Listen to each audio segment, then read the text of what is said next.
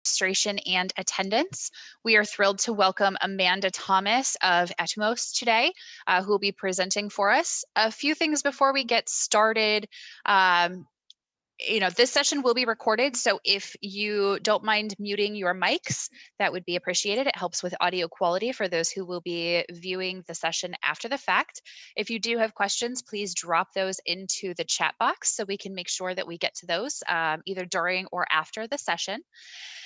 Per usual, of course, the users groups are intended to be a safe place for everyone to discuss use cases, ask questions, really have a good conversation about what it is that we've got going on out there. So we do ask, of course, that you keep that information within the users group, not reach out to users that have not consented to be contacted, and not share their information outside of this group.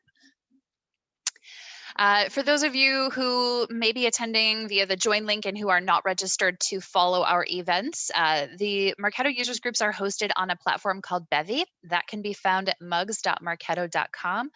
Strongly encourage you to join there and sign up to follow what events are coming up. A big one on the agenda here is April 15th. We are having a special event series along with the Houston, Dallas, Milwaukee, Austin, and Indianapolis users groups called Death and Taxes.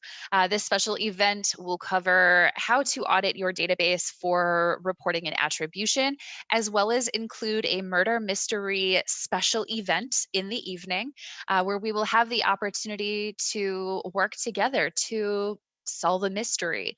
This event is very generously sponsored by Revenue Pulse, NAC, and Sendoso. If you do register for that event, a secondary email will go out to you. Sendoso is sponsoring a little special something for the dinner portion of the murder mystery. So we do encourage you to sign up and join us for that event on April 15th. Now, a few upcoming things on the agenda to be aware of. Adobe Summit will be the end of April, the 27th and 28th. This is a free event. Registration for sessions is now available as well, so you can pick the agenda that you would like for those dates, but that is ready to go at summit.adobe.com. The Experience Makers Skills Exchange. This event was held on March 16th. Amanda, who's joining us today, was one of our speakers for that. This was a really incredible session, some very powerful information that came out of this. This is available on demand, so if you did not get a chance to join live, you can still go back and watch these sessions. They're not gone. Some really great insights to be had there. And speaking of Experience Makers, the Adobe Experience Makers Awards registration or applications for these are now open through April 30th. There are individual awards and organizational awards that you can apply for, but this is a great opportunity to highlight your organization and your contributions. So be sure to check that out. Now we've got a few more events coming up this month for the users groups. We are hitting the tail end of the month, but the Houston users group does have a really great session coming up on everything you need to know about the new executable campaign type in Marketo. Would be a great session to check out. And of course, the mugs.marketo.com page will always have a listing of all of the users group sessions from around the globe that are upcoming. It's a great opportunity to drop in and learn something from somewhere else in the world as well. So at this time, I'm going to turn our session over to Amanda. As I mentioned, Amanda is a Marketo consultant over at Atmos. She's a, 5, 6 something time champion. Leader of her user group. Really, really delighted to have her here today. So thank you so much, Amanda. Yeah, thanks so much. I'm super excited to present to you all today. I am originally from Northwest Indiana, so Chicago holds a very special part of my heart. Got married there a few years ago. And Batman's actually like his penthouse in the Dark Knight. That's where we actually got married. So fun fact there. Cool. So I am going to jump into digital event promotion. I do have an about me slide, but Brooke covered it very well. Thank you so much. My contact information is on here. You can find me on all social at Hey Amanda T. I am on TikTok, but I don't post to TikTok, so avoid that one for the social media. And my email address is athomas@chimus.com. Feel free, seriously, if you have any like follow-up questions or anything you want to dive deeper into, to just reach out to me. I'm always happy to help further. Okay, so with digital event promotion, I'm sure everyone's kind of exhausted a little bit with this topic, but I do think this topic is super relevant. And even if you're just trying to put together a promotional plan, or you need to revisit because something specific isn't working, this is kind of my guide to going about your promotional plan for any digital event, whether it is something that used to be like a trade show that you now took online, or a just a simple webinar that you want to host. I think these five categories, I guess, or five topics within this topic, really outlines any getting started point at any point of time. So first, we're going to look into leveraging the actual data that you have currently from your company hosting digital events in the past, and then setting goals, making a plan for your promotion, measuring success of that plan itself, and then, of course, optimizing that plan moving forward. And I do have a little bit of bonus tips at the end as well. Okay, so first section of putting together your digital promotion plan is to leverage the data that you already have. And you want to look at data, of course, around registration and attendance, but also the engagement with that digital event or webinar, and the funnel impact of that event on, the sales cycle and all of that. So we'll jump into registration first. Obviously, with registration, I'm going through each four of these just to like give you what you actually need to pull, what data points you should pull to look at, to analyze how you're performing with your digital events, and then applying that to a goal and then a plan afterwards. So first up with registration, of course, look at the number of people that registered and that conversion rate compared to the people that you invited. I'm sure every single person on this call actually pulls this data, but break it down a little bit further into your channel, and then your promotion number and conversions for channels themselves. I think this is quite often missed, is using that, leveraging that UTM data into getting those numbers and making decisions off of those numbers, looking at where your audience is actually coming from. Within registration itself, as you're pulling like webinar 1 for 2020 versus webinar 2 for 2020, look at the number of fields that you may have had on that form. So if you're not using the same form per digital event, definitely look into how many fields you had, and then look into the information of those that actually registered. So of course you have a good target audience because you use Marketo, and I'm sure you use segmentation and all of the good things that come with Marketo. But with the registration, maybe it's not actually what you thought it would be. Maybe it's a topic that you thought related to a different sub segment of that audience. But it's actually relating to someone else. So look at the demographics and firmographics of those that actually registered. And then again, with like number of fields, you obviously have like speakers and topics that are different per webinar. So definitely take that into consideration when looking at the numbers altogether. Did you have a speaker that was outside of your company for that webinar? What was the topic? Was the topic more customer related? You might have different registration numbers or a better registration rate for customer related topics than you would for like prospect related topics. So definitely consider that. And then also have the consideration of hosting site. So was this a digital event that you had with a partner? Was it hosted through the partner's website? Was it hosted through yours? Even the promotion of the specific webinar, was that on like Bright Talk, a platform that's outside of your website, or was it on your website? Please make sure to consider all these factors while you're pulling this data, so you can leverage it within making your plan and then setting your goals as well. So UTMs I mentioned. So I have this here as to all the UTMs that you can actually have, or most of the common UTMs that you can actually have within your URL string for promotion itself. So of course you have the source and the medium. These are very popular with social, and then, you know, like LinkedIn to specify the actual social channel that you were on. Your campaign is usually tied around the actual title of the digital event. And then the term, I think, can be leveraged way more than it actually is. You can enter in the term for what number of promotion this is.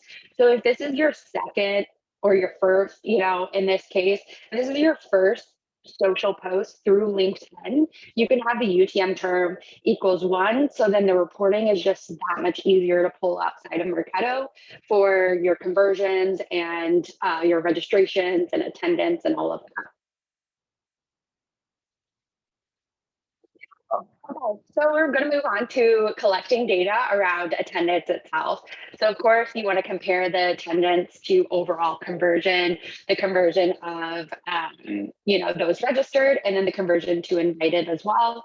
Look at your demographics, firmographics. The channel are people that register through sales emails.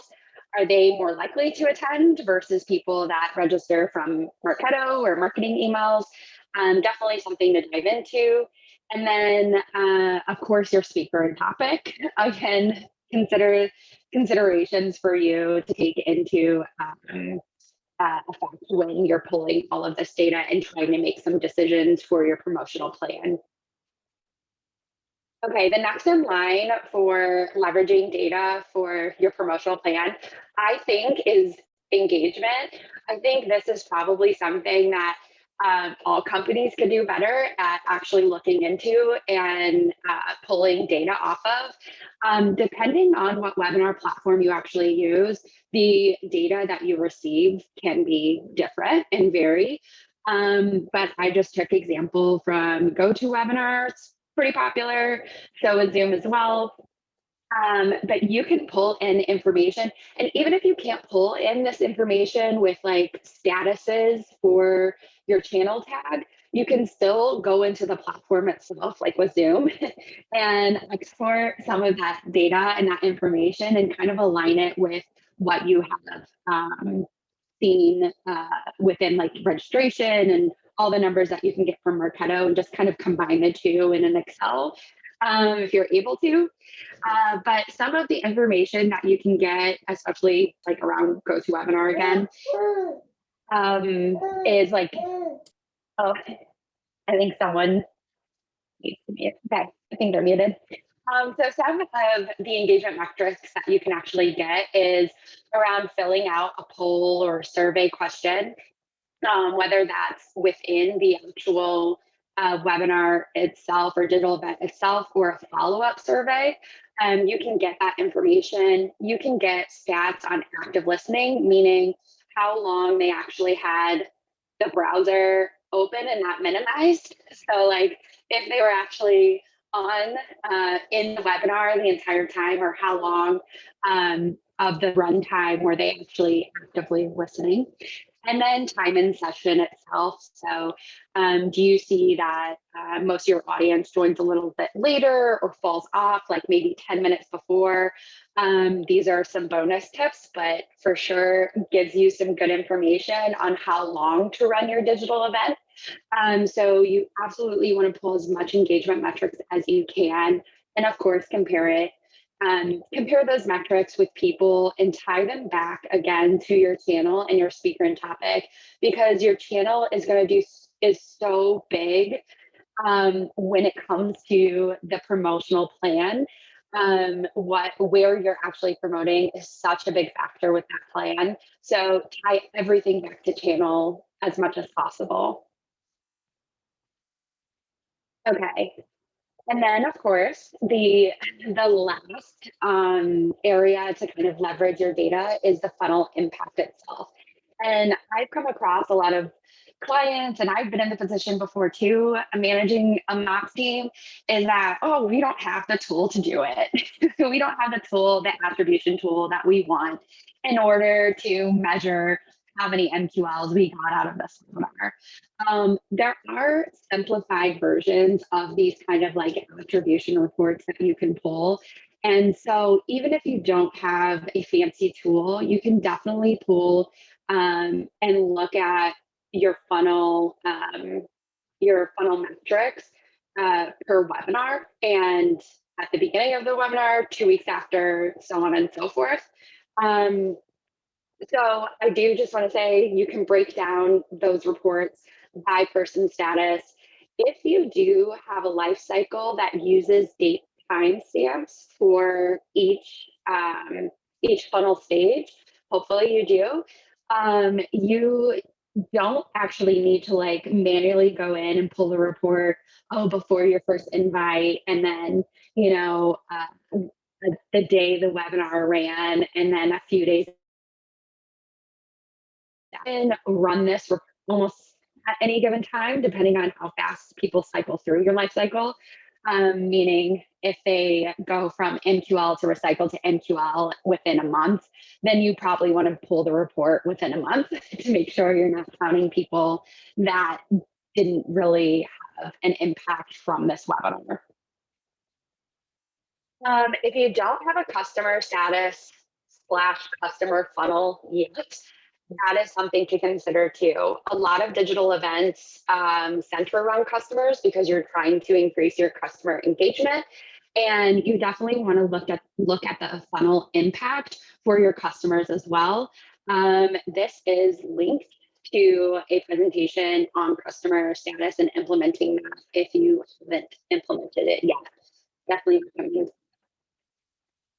Okay, so the bonus here is not to just stop at the MQLs. I think I see a lot of companies, they say, oh, we got 10 MQL, 10 people hit MQL from, registering or attending this webinar, but look at the funnel impact lower down as well. And then look at that topic, right? So you want to see, were any MQLs moved to like SQL with from that webinar happening?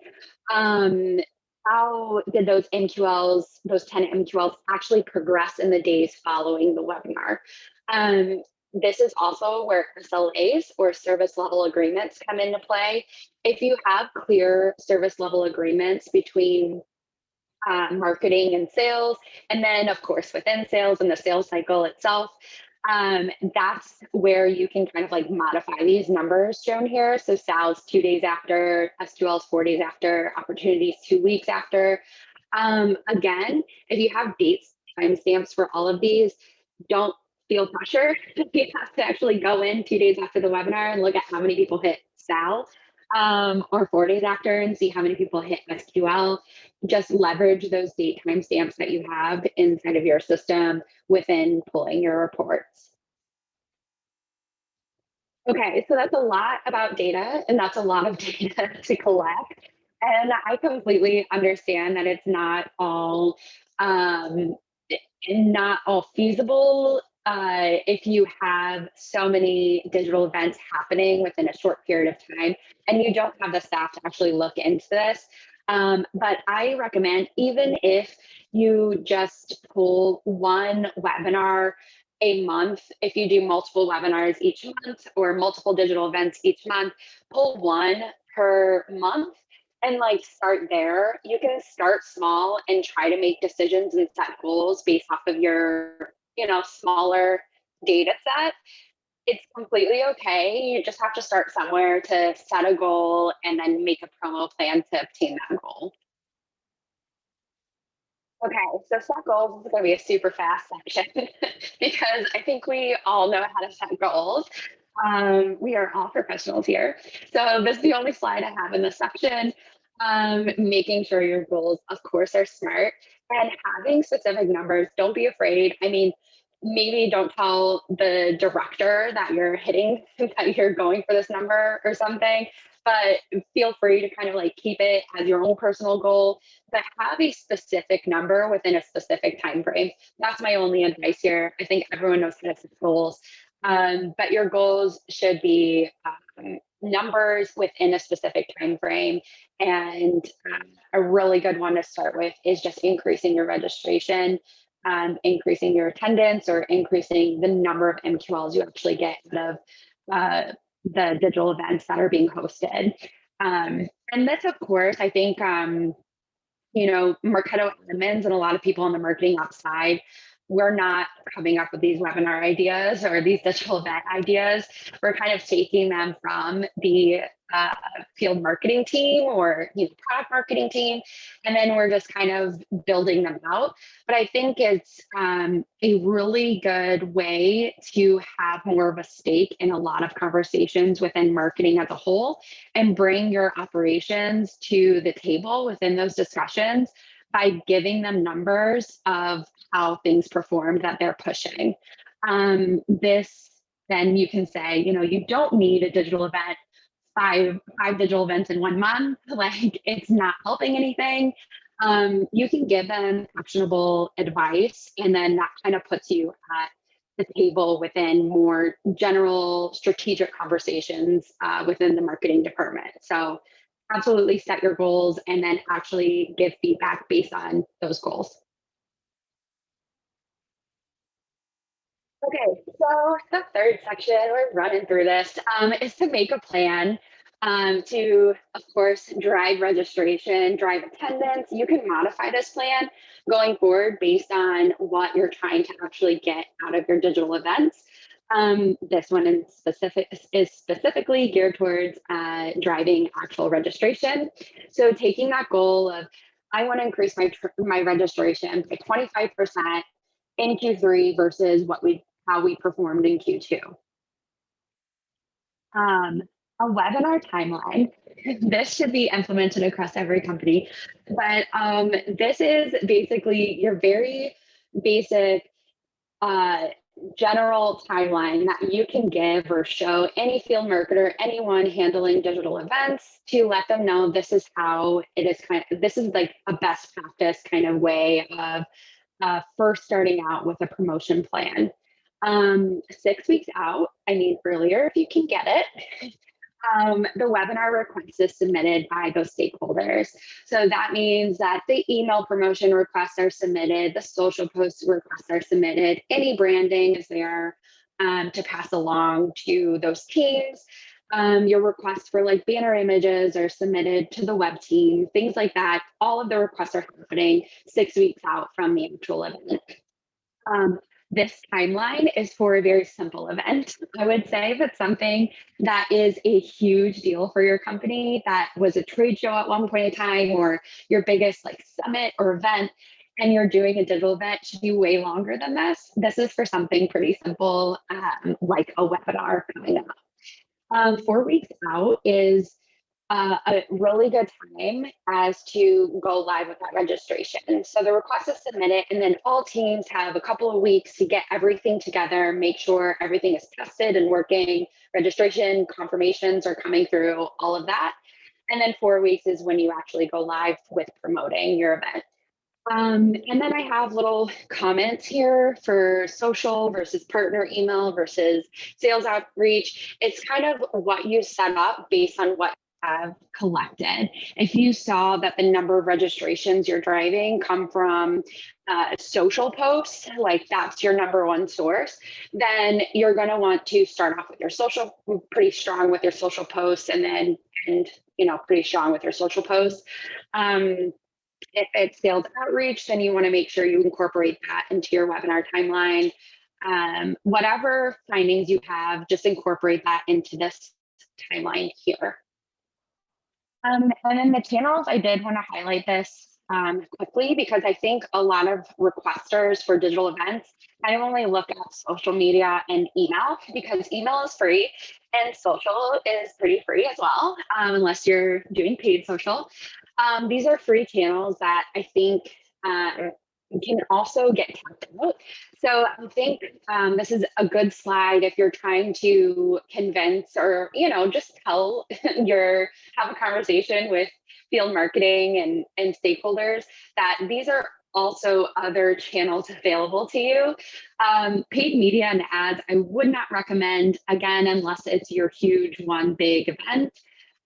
It totally makes sense then to do that, to apply paid media and ads for something that is like a huge revenue generator for you.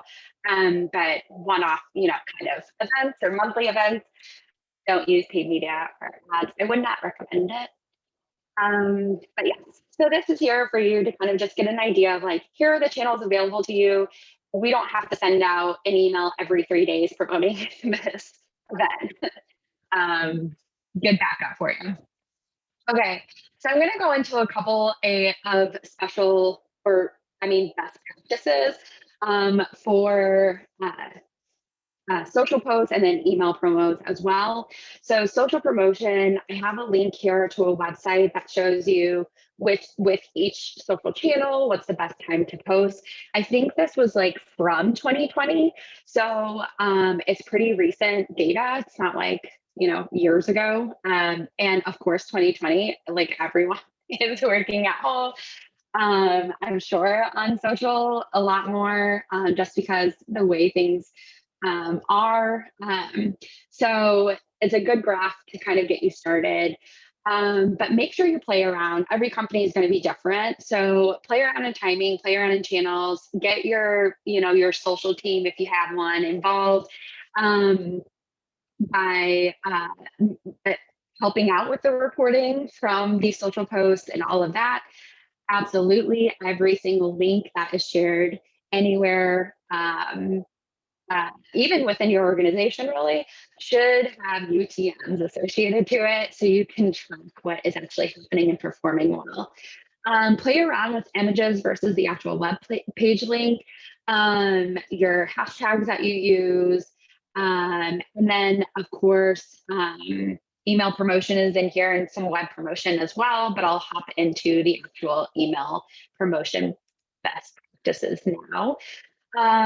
So I think these are things that we all know on this call, but something that you can share with like your field marketers or your requesters when they give you a super long subject line for the email copy to promote the event. Make sure your subject line is short, your CTA buttons, there's one at the top. It's not just a pretty picture, it's actually something that looks like someone can click on it to register. Have your when, what, who, your speaker images, so pictures of the actual speakers in your email promotion, and then leverage your regularly scheduled emails. If you already have something going out every Tuesday, put it in there. It doesn't have to be completely separated out, and then use pre-header text. It's definitely underrated. It can increase your conversions by just leveraging this pre-header text section of the email. So best practices, not so much for you, but to pass along to your team when you're coming up with like promo plans and all of that. A few web page best practices. Again, I'm sure you're aware of these, but something to pass along to people outside of Marketo realm to actually leverage. Don't have a navigation bar at the top. You want people to actually convert on this page. Form above the fold, if you can, a short form if possible. Have the images on this page too. And then highlight the topic and only include what is important. No one's going to sit there and actually read the whole thing, I'm sure. I really want to collect the numbers on how long people stay on a registration page for a webinar before they actually hit submit, because I'm sure no one is sitting there and reading all of your text that, like, don't be bogged down by like, oh, this has to be, perfect. People are getting there, they get the gist of it, and then they register. So that's all you really need text-wise on the page. Okay, so now I'm going to go into the measurement of success. This is closely related to the first part, is leveraging your data. But I want to show you what kind of like numbers you should actually pull out of that leveraging your data, and then moving forward too. So you have this plan of like 4 weeks before I'm posting on LinkedIn, and 3 weeks before I'm having sales send an email through outreach. And 2 weeks before, I have a banner pop up on the website or something. You have all of this plan, and then here's how to actually report on it to make sure your goals can actually be reached. So the first most easy report that you can kind of pull is leveraging those UTMs. So this first slide here you can see is registration by date and channel. So when did they register? Again, their program status changing within your program compared to how they actually registered. So how are your channels, first of all, performing? This is just some fake data. So I put email at the top because hello, we own a lot of email. But yeah, so you can have your emails. So you see, okay, emails get the most registration. Then it's social. Then it's the website. Whatever it is, you pull this information, you can actually see clearly the decisions you need to make to adjust your actual plan or to actually come up with your plan.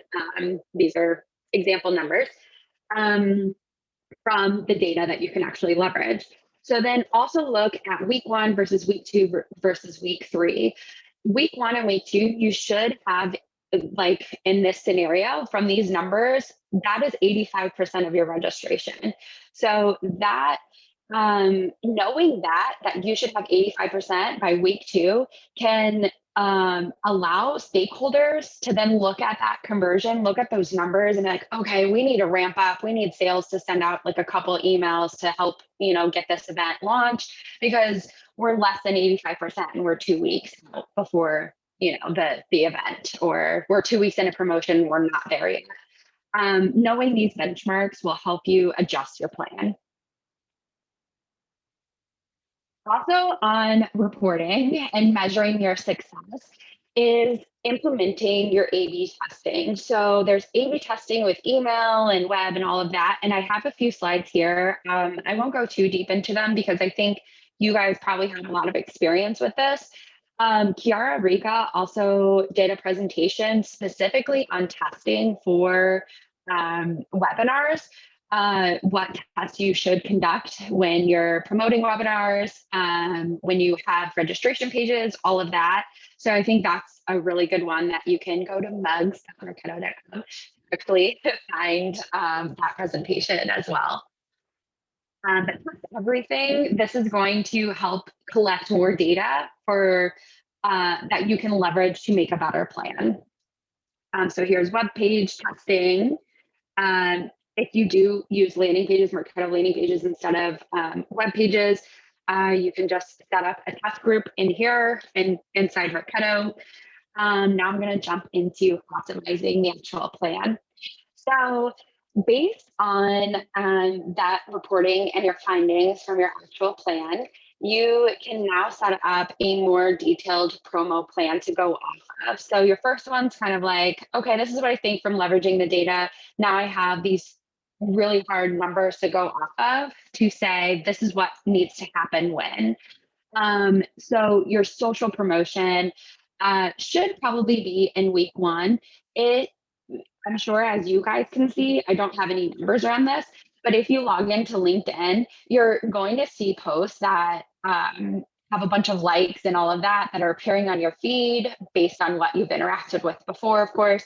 But to generate those many likes and to get to the top of like that actual hashtag or whatever topic, it takes time. So you sometimes see things that are a couple days old when you go in there, like, oh, that sounds like an interesting topic. I should register for that. It's like, oh, it's already over. Some things take time. So I always recommend to have like a social promotion at the very start of your registration, because it takes time to ramp up and actually get to people, the top of people's feeds. Email promotion as well. But you again should customize this based on the numbers that you find in like this report that you put together here.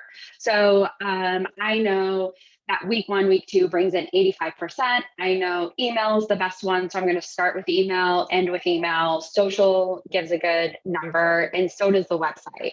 So I'm going to make sure those banner images are set up first thing on the website so I can get as much as I can from the website. So we'll put that website banner in week one for our promotion timeline. And then we'll incorporate some sales outreach to hopefully get them involved too with everything.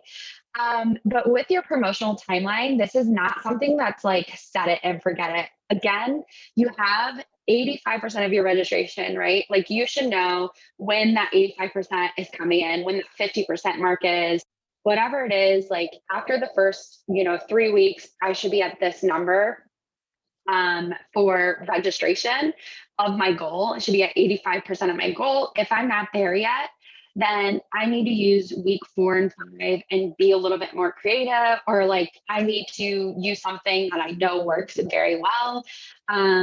Get a partner to post it, get your employees to post it, whatever you can kind of leverage to make sure you meet that mark for the following um, you have left for your actual promotion. Also on this is your testing. So I would recommend that you're running tests on the first couple of weeks with email or your website or whatever, and allow the rest of the weeks to actually run the champion or the winner of that test. Of course, depending there's a whole thing on testing in itself, depending on what's the actual valid number to make a decision off of, all of that. But I would not use the entire promotion timeline to run testing throughout the entire registration. So maybe just use like the email promotion for week 1 and 2 or week 1 and 3 as tests, and then allow for something that you know works depending on your registration number. So if you're exceeding your registration number because of the testing you did, that's amazing. Keep testing if you want. But I would just play it safe and run your testing in the first couple of weeks. That way you can count on something that you already know works to gain the rest of your registration with the rest of your promotion timeline. Okay, so those were my 5 things, and I do have a few bonus slides here because what is like it's like 5-minute crafts where it's like 20 like life-saving hacks, and it's really like 35 falling into that category. So I have a webinar follow-up timeline. So not just your promotional plan, but make sure there's follow-up in line, even to re-promote the webinar that you hosted or that digital event to get people to make it through the funnel because of the on-demand activity. Speakers make the difference at a TUMOS. When we have a speaker outside of a TUMOS presenting on a digital event, we receive 2 times the amount of registration. It's like insane. So I think having speakers like relaying this kind of information to your field marketing team, the people, your stakeholders that are requesting these digital events and webinar promotions, that you're going to get more traction if you have speakers from outside of your organization, and they can join people inside your organization, right? It's not just them speaking, but it's going to help bring some, I don't know, have some like come off more genuine, it's gonna help. And plus they usually have a following too. So you can get more people to actually come and get exposure to what you are trying to say as a company as well. Okay, and then ideas for topics, how to kind of come up with ideas is obviously it has to be relevant at the point of time. What's your most downloaded content? Do a digital event around that. Best selling products, you want to incorporate those into your digital events, topics that actually move the funnel. So again, looking at that leveraging data and make decisions for your topics based on it as well. Speakers, of course. I have some in here, industry leaders, your partner relationships, all of that can be leveraged to make sure you are getting a great attendance and registration for your digital events. So those were my bonus points, and we can open it up to Q&A. And again, feel free to reach out to me if you need to take anything offline.